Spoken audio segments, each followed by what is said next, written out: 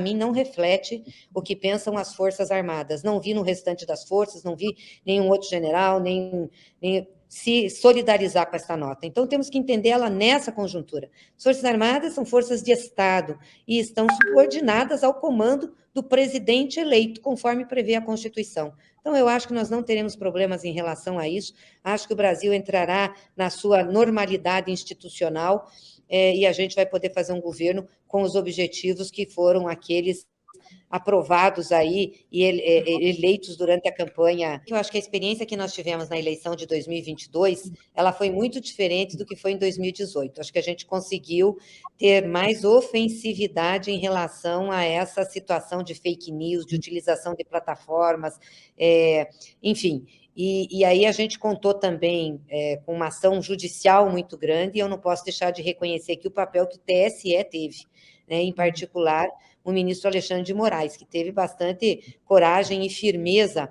para não deixar que essas plataformas, os grupos, né, de Telegram, de WhatsApp, pudessem se transformar numa máquina.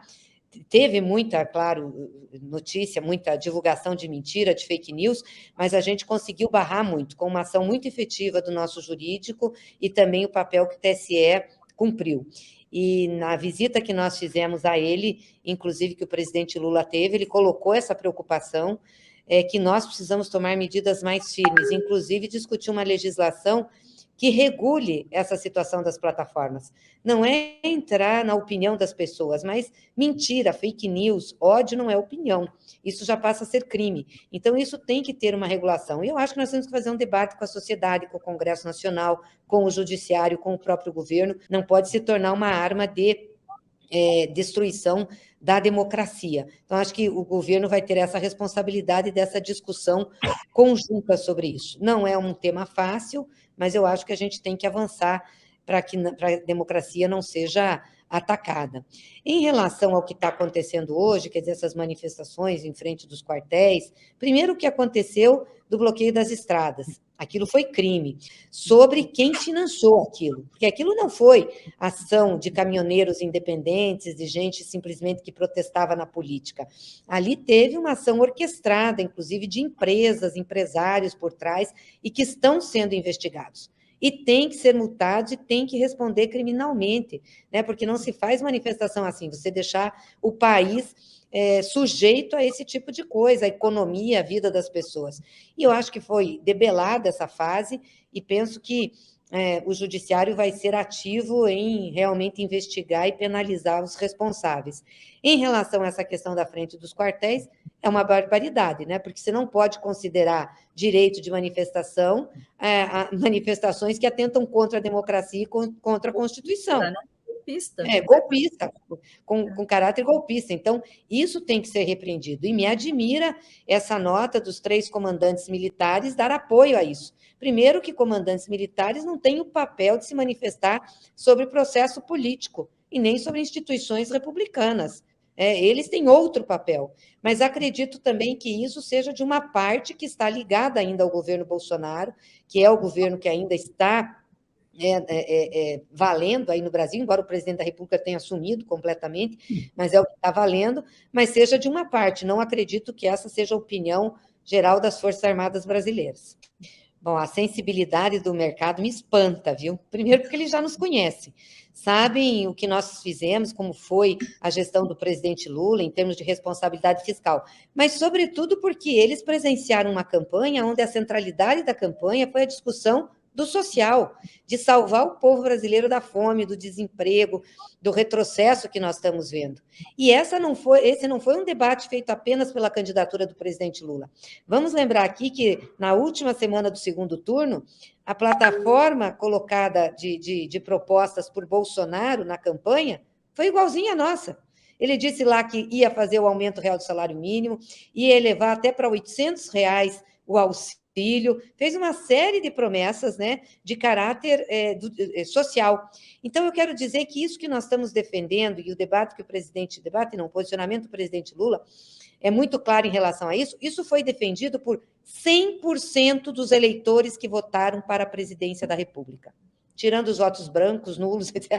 100% validou essa proposta. Então, eu não sei por que o mercado fica assim. Acho que o mercado tem que se acalmar, sabe que nós vamos fazer, que é preciso fazer. Estamos vendo isso com o Congresso Nacional, o Congresso tem sensibilidade para fazer. Nós temos que aprovar a PEC do Bolsa Família, né, que exclui o Bolsa Família do teto, para que a gente possa trazer o país de novo a uma realidade que as pessoas não passem fome, que tenham condições, e buscar de novo desenvolvimento econômico e social. Então, está claro isso. Eu, sinceramente, acho que ontem teve um movimento especulativo do mercado, que é muito ruim, muito feio. É muito feio para o país. Então, 100% de quem votou para a presidência da República quer isso, né? E então não é a linha do mercado, é essa a linha, e o mercado sabe a responsabilidade que nós temos com o país. Aliás, o presidente Lula tem dito isso sempre, só voltou a ser presidente com 77 anos de idade, que sabe que pode ajudar esse país, né? Então, isso é a primeira coisa.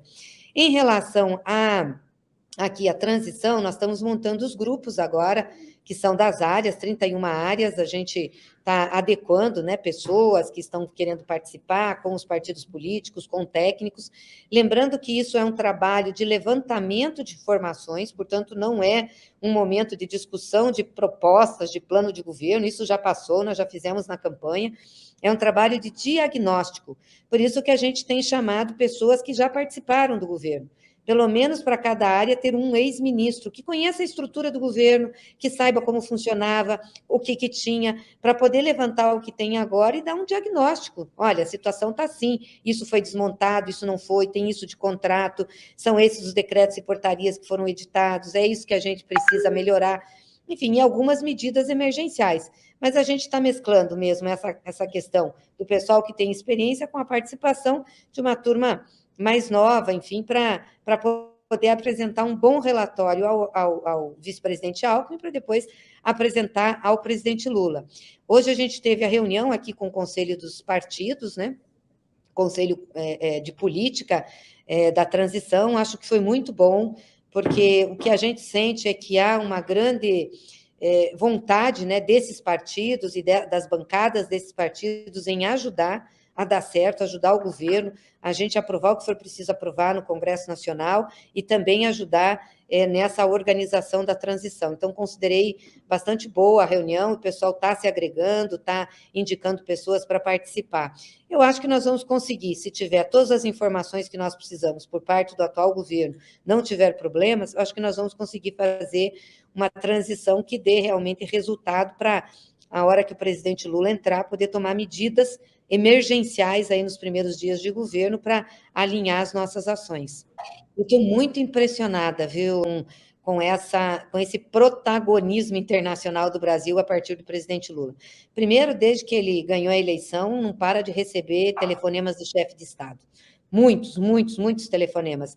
E agora, na organização da agenda, que quem estava à frente da organização era o Celso Amorim, o Aloysio Mercadante estava ajudando um pouco, mas a gente recebia muita demanda de fazer encontro bilateral com o presidente, de fazer discussão, de querer ver o presidente, e assim, impressionante a expectativa, mesmo lá no Egito, né, de outros governantes da ida do Lula. Uma coisa muito impressionante, assim, a impressão que eu tenho é que o Brasil voltou ao cenário internacional, entendeu? Se recolocou nesse cenário, reconquistou a sua respeitabilidade, está todo mundo querendo falar com o Lula para que possa, né, ter essa interação com o Brasil. Eu acho isso muito legal e muito importante para nós, né, para o povo brasileiro.